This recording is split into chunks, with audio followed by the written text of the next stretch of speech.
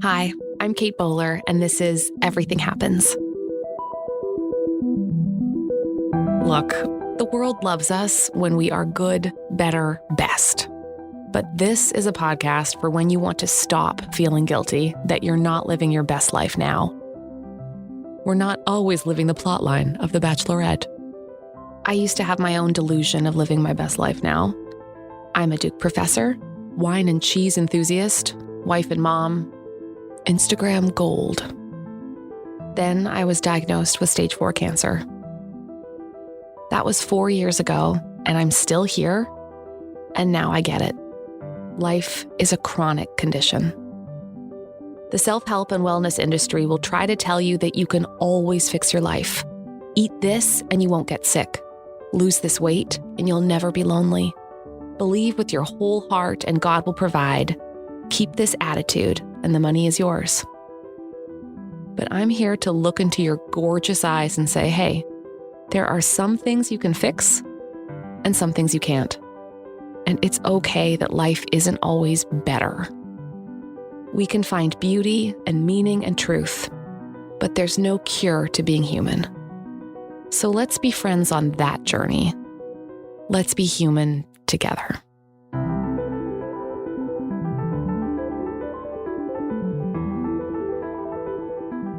There are some experiences that can't be pinned down or adequately described. Falling in love, the loss of your child, the death of a dream. They can only be captured sideways, through song or poetry or art or dance. They can only be captured in the making. Artists lean into these liminal spaces and do the work that art demands, that you turn yourself inside out to make something ethereal. Today, I want to talk to one of my favorite artists who leans into the mystery and uncovers something really beautiful. Lanecia Rouse Tinsley is an abstract artist based in Houston, Texas, whose work includes photography, painting, teaching, writing, and speaking.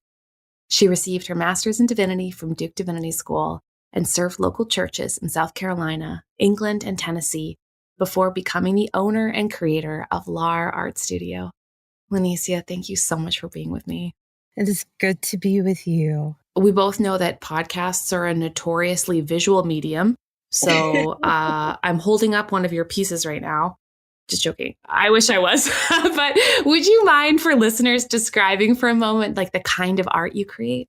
Sure. So I would say I create definitely abstract mixed media work. I really seek to put as much texture and layer and color in my work as possible to make visible the things that are invisible within me. So really emotive, textured, color carries all kinds of meaning.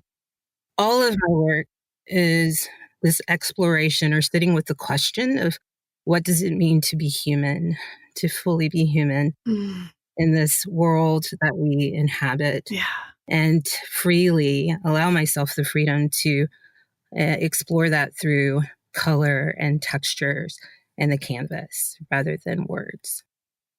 I think abstract art, right, by its nature, leaves a little room for some mystery. Like, how have you thought about the role of like mystery in your art?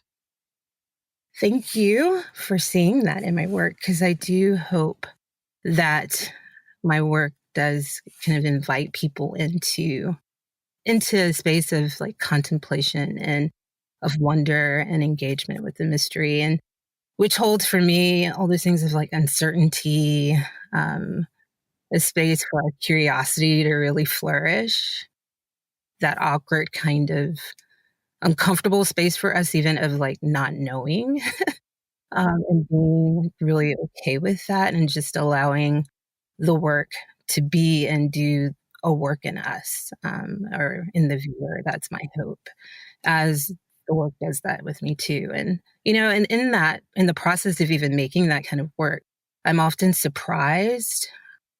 I'm of like what I'm capable of doing, but also the material itself as we work. And I learn so much about myself as an artist, about my material and practice through just this engagement of allowing things to become and not forcing, and just of wonder and curiosity and play in the work.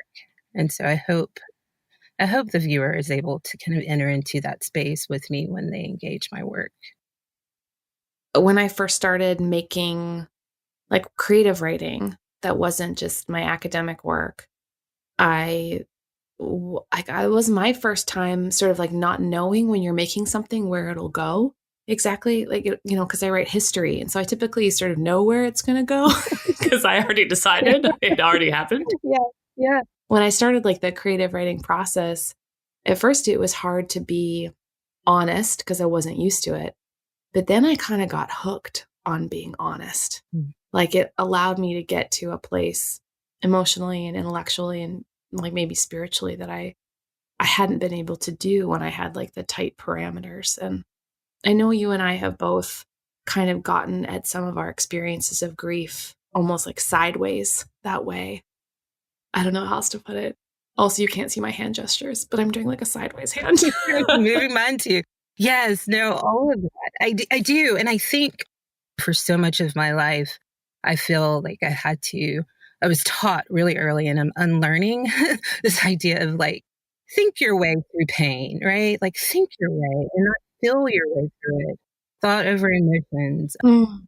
And this idea that there's like a plan for everything. And if you do this, then A plus B equal, whatever, will lead to C. But what I found is that like there's just so much where it's life and we live it and we don't know or have control over fully what will, even if at all, like what the next thing will be. It's just this idea of being present to the now, and that now is a part of this just huge mysterious whole that I can't quite wrap my mind around. Yeah, like it opened a door. And then there was a lot there, it sounds like. Oh, There's a like lot.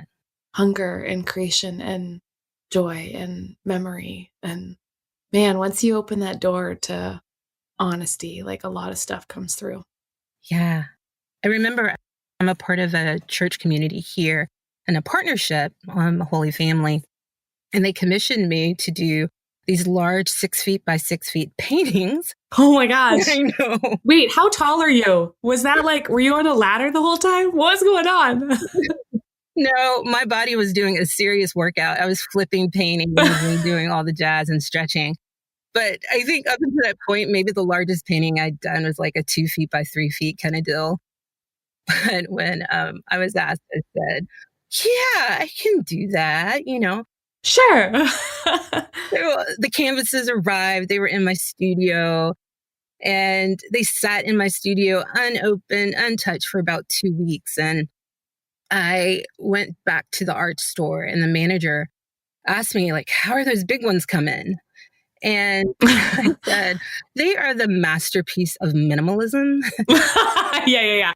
I tried to say less with more. Right? Yeah. And so we were just sitting there like laughing. And he was like, just paint real big. Go to Home Depot, like get that big paintbrush, paint big, put it all on there. He talked some technical things with me. And he was like, and just remember, the canvas is big enough to hold all of your energy and all of your truth. So just let it out. I like that. Right?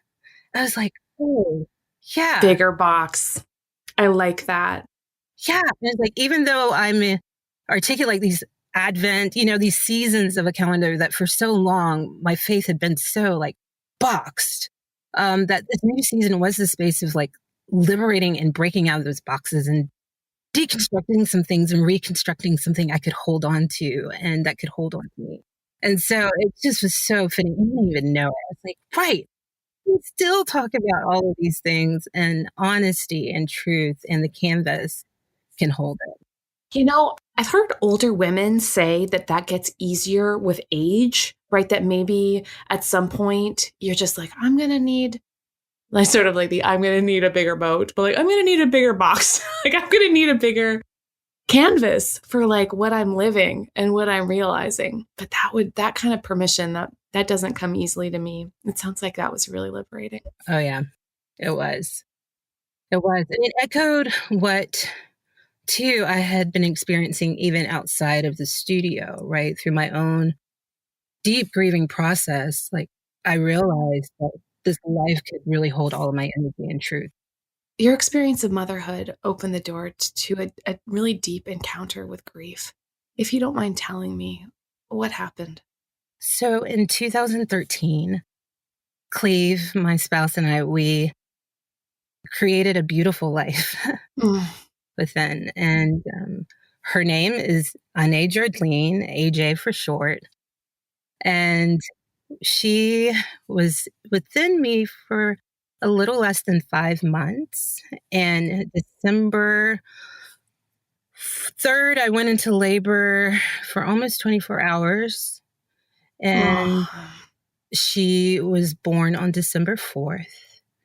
And she lived a little over 2 hours. And so Cleve, got to see and hold this little one, this child that had really been like a figment of his imagination almost. And she died. Her lungs weren't fully developed yet. So we made the decision just to allow her life to be. And she died resting on my chest. Mm. Yeah. And so I have what is an awful term, I think, what they call an incompetent cervix.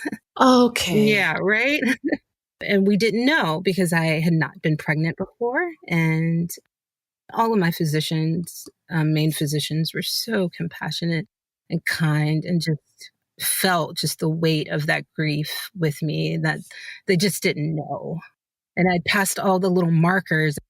We just found out she was a girl 2 weeks before, right? And so Oh, yeah. all of those things that, my doctor, she was just great. And she helped us make the decision to allow her to stay in me as long as possible.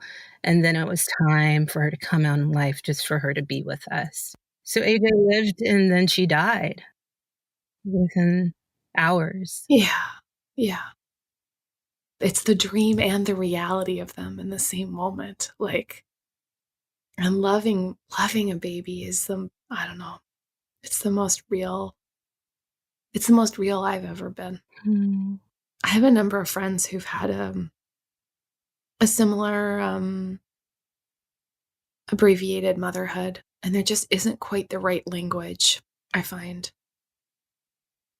for that sort of grief to be public. I imagine that was really hard. Yeah, it was. And I'm a preacher's kid.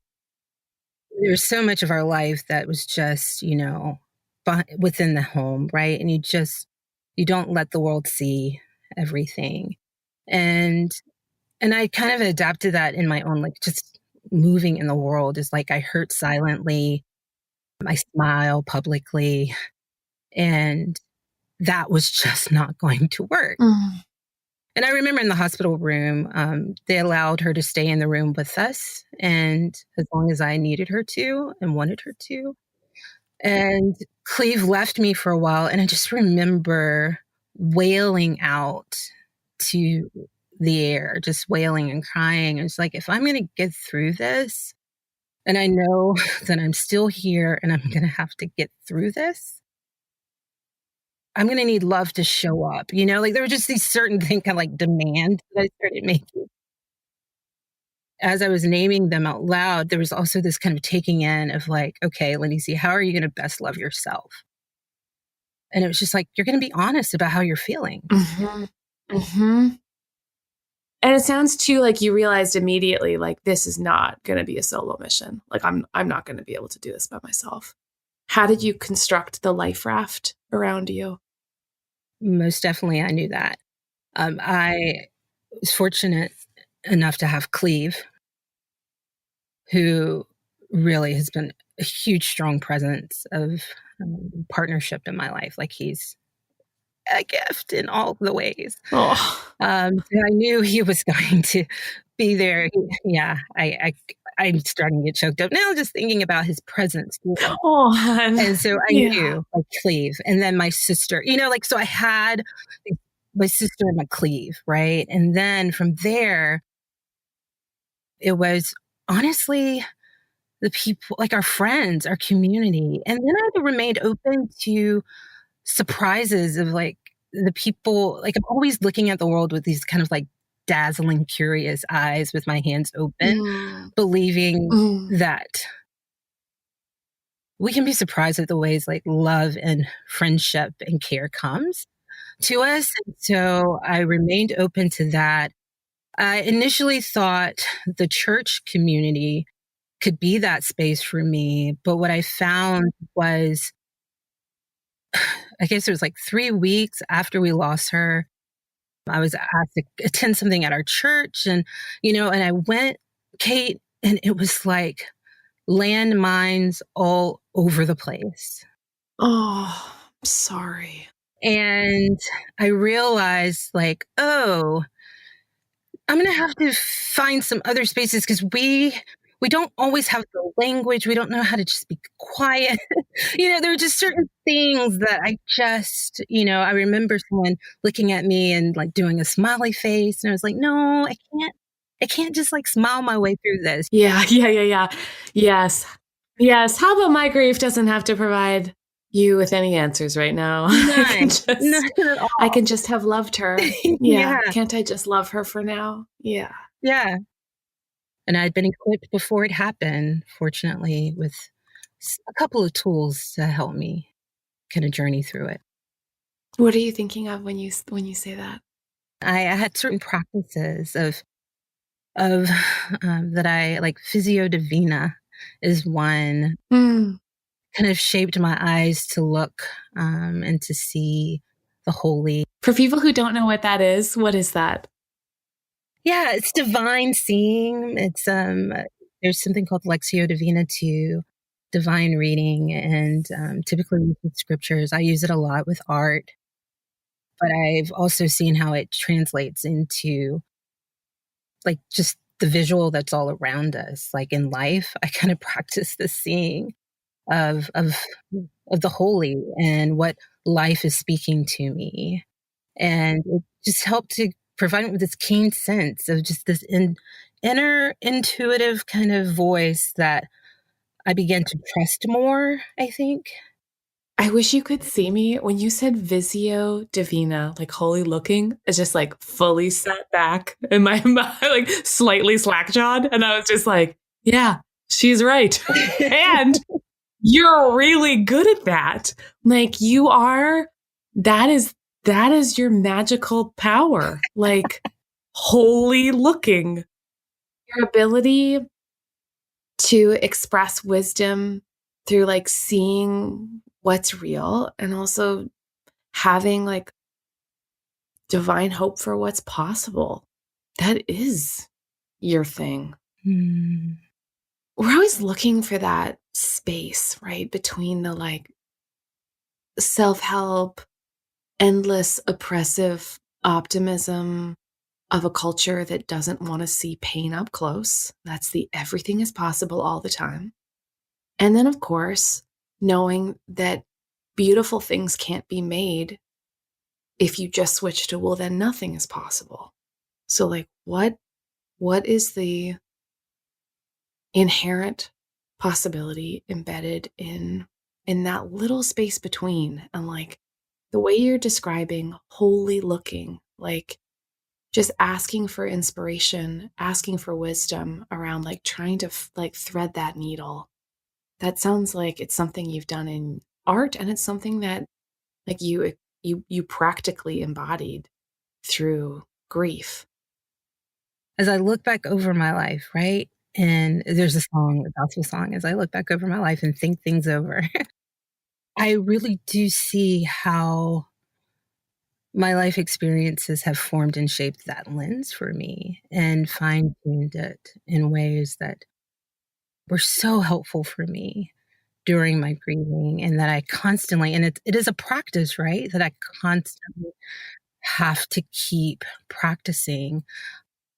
My dad was the first cross-racial appointment in South Carolina in Methodism. So that meant in the second grade, we found ourselves in a predominantly white community predominantly white church.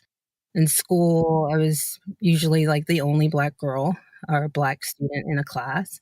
And so just immersed in this space where I constantly came up against racism, white supremacy, all of these things, sexism in ways that I didn't have the language for as like a second grader, right? But it came up against these things that could easily make living and loving really and seeing people really, really hard. And so my mom and dad did do this kind of work with us really early of helping us to really kind of push past some of the really ugly things, to name them, to know that they exist, to fight against them, but then to also know that there can be some good in people, that there is still some life, there's still something to hope and push towards. Like, it was just that this what is now doesn't always have to be, it was just that kind of lesson. And I really believe that has given form and shape too, along with the other things that came with being a PK, that has also been, one of the great lessons in formation in my life is just, like, my parents teaching us really how to love and see people beyond the pain, like, just naming things. And like in naming things and in seeing them clearly to be able to like correct the distortive nature of racism, correct the distortive nature of how it plants seeds of self-hatred and self-doubt and confusion and just to like it sounds like seeing things clearly was an act of both beauty and resistance. And resistance, yes. That's hard. That's hard. Really, really hard. And constant bloopers along the way.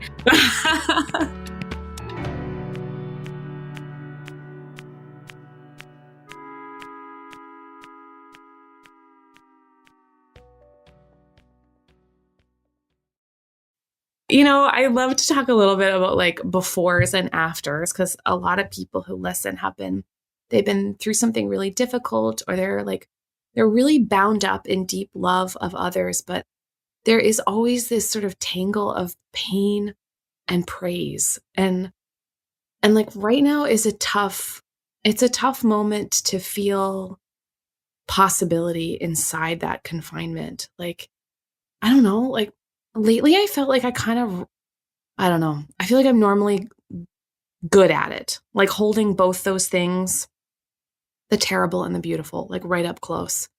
But like lately, the sameness of the pain has kind of been getting to me. It's hard to have the flower that breaks through the concrete right now, After AJ's death and just going through the grief of that and feeling it, I think all the other griefs that come are just like, I'm always so open to them in ways that I have to be careful about how much I take in.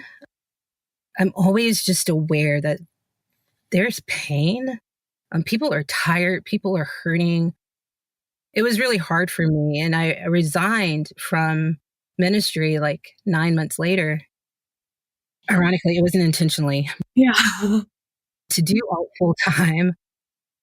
And part of it was too, like the work too. I was so hurting and felt like I was just bleeding, right? And just needing some care. And then around me, I was just keenly aware of all of the pain that other people were experiencing. And it was really hard for me to see beyond that, right? During my own healing process. Is it like being too cracked open? Is that what I'm hearing? Yeah. Yeah. And so I've just been aware, like, life has just been hard for a lot of people for a really long time. Yes, that's right. Yeah. And there's such a cloud of witnesses. Like, there's just these people who, like, I've just, since childhood, I've been told, like, these stories of people who have just been in the fight, right? And they show up and they love and they push forward to a reality that they know they will probably die not seeing. But when they die, they know they have contributed something to trying to make this world more just. a more loving place, a more humane place. My dad was like, kept saying the other day, he's like, Kate, all the fights worth having are the ones you will never see the end of. But like, it's exactly what you're describing, where like the being in it and then with the awareness, it's, there's a lot of language in this everything happens community around like precarity, like how it feels to like live with uncertainty. And like, it sounds too like what you're describing is that those who are most directly affected by this country's turmoil over race like have had to embody precarity and uncertainty for such a long time that when you add on to this another layer like either grief or the confinements of COVID, etc., it's sort of like you've just got multiple kinds of language of precarity all piled on top of each other. I find it an honor to be able to to read and hear how people are journeying through all of like life. And, a number of people shared like, oh, in these uncertain times. And, it's like, gosh, our life, I've like been aware, like it's always been uncertain, right? Was there a certain time? And like, when might I have had access to that time? Yeah. Creating too has been a form of resistance in the midst of kind of death dealing things, after hearing about George Floyd's death. And I just wanted to go to the studio and keep creating. And COVID too, like as soon as it hit, I was like, oh, I don't want to stop going to my studio. And I was fortunate enough to have a studio that I could, but I was even creating at home, right? And that was my same response after losing AJ. Like when I came home, I was doing watercolors. I couldn't sleep and I would just play with watercolor all night. Because I think there was part of me that was like, my body will create. I will keep creating things. I will not allow that to be taken away. I think creating in its various forms, right? Whether it's in our activism, in our loving, in our art making, and how we shape our days and the choices that we make, the life that we're creating is a form of resistance in the face of death dealing things. Yeah. It sounds too like that even when hope doesn't feel easy or even possible, that you lean into these habits of practicing and praying and making and showing up in expectation that something beautiful might still be possible even now. Yes. You said that so beautifully. That's it. I think of you as an inherently hopeful person. Like I don't love the like, I always hate using that word because I don't want anyone to ever have to perform optimism for me. But like, I just think that showing up and making beauty is just it's a deeply hopeful thing. And I feel like the art making process, like every time we approach a blank canvas, right, there is this element of hope. I don't know if we give it, but just some belief, right, that I can create something out of the materials that I have. Like this blank canvas won't be blank forever. Yes. Yes. Oh, that's such a good thing to say. Yeah. I love that. Yeah, this blank canvas won't be blank forever. It's Right. such a good thing to say. And there's so many things that can happen from the moment of the blank canvas in the end, right? And it doesn't mean it's going to be like hanging on the gallery wall or the, museum or even in your studio space. There's all these possibilities, but like something is going to happen, and I get to participate in that. And I think it's Helen Frankenthaler who says the creative process is this magnificent struggle. And I think life is like that too. Mm. And definitely the art making process is like that for me. It's like this magnificent struggle towards something. And I just enjoy the process towards it. My process is really, my art making is really process based. And I'm taking notes all the way through and allowing a piece to become and not forcing it to be any particular thing. And letting us become something. Like, we're not who we once were. We're changed, and sometimes by grief, and sometimes by love, and sometimes by joy. And I saw you were working on some pieces lately that have that lovely parallel. Like, how are you interacting with the old things you've made when you may be a different person now? I took all my pre-pandemic canvases and I started painting over them. So they're paintings that I are like literally I probably a couple of them I showed in shows and have made available. It's like, yo, I'm like in this moment, I am being formed and shaped in ways. If I'm give myself time to really listen to life and not resist what's happening, and I want to take these canvases and just kind of reimagine what they can be as also a practice of me kind of thinking about reimagining my daily life now and what's possible. Yeah, as I move forward and live through this. And so these canvases, and they look radically different. It's been fun to allow myself that freedom of recreation. Yes, yes, yes, yes, yes. Because we have this cultural story that before is better. Like, we just have to go back and we just have to stay. We have to figure out what peak was and just stay there. And I love the fact that you're inviting us to maybe become something different. I think that's very inspiring. Well, and Kate, part of the beauty of the canvases now too, what was before has added these like wonderful like layers and textures to the work. And sometimes those moments still kind of peek through in ways that adds this like depth to it that painting now is what it is now because of too what it was before. And like it's all in this process of becoming. And I never feel like a painting is finished.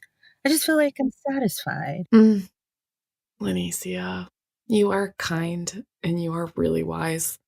And I'm going to think about some things that might yet become in my own life. And I'll take some inspiration from you. Thanks so much for doing this with me. Thank you so much for having me.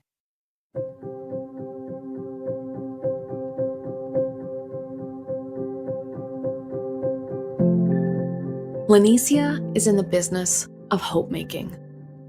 That even on the most difficult of days, in the most unthinkable of circumstances, even when all hope feels lost, she makes space for something new to be born. We step into the unknown, and we choose to believe what she learned, that this blank canvas won't be blank forever. Dear one, may you have the gift of holy sight, the vision of what might yet be. Yes, the emptiness is there. It could have been different, but this is what it is. And there is just a little moment here, a half a breath, where something new might be made, might be seen. Just give it a little room to be. There is nothing mechanical about living. There's no step-by-step process by which good things can be found. There's no paint by number on this one. All we have is the strange truth that somewhere in us, because we are made good, is the ability to make. All we need to do is just give it a minute to be born.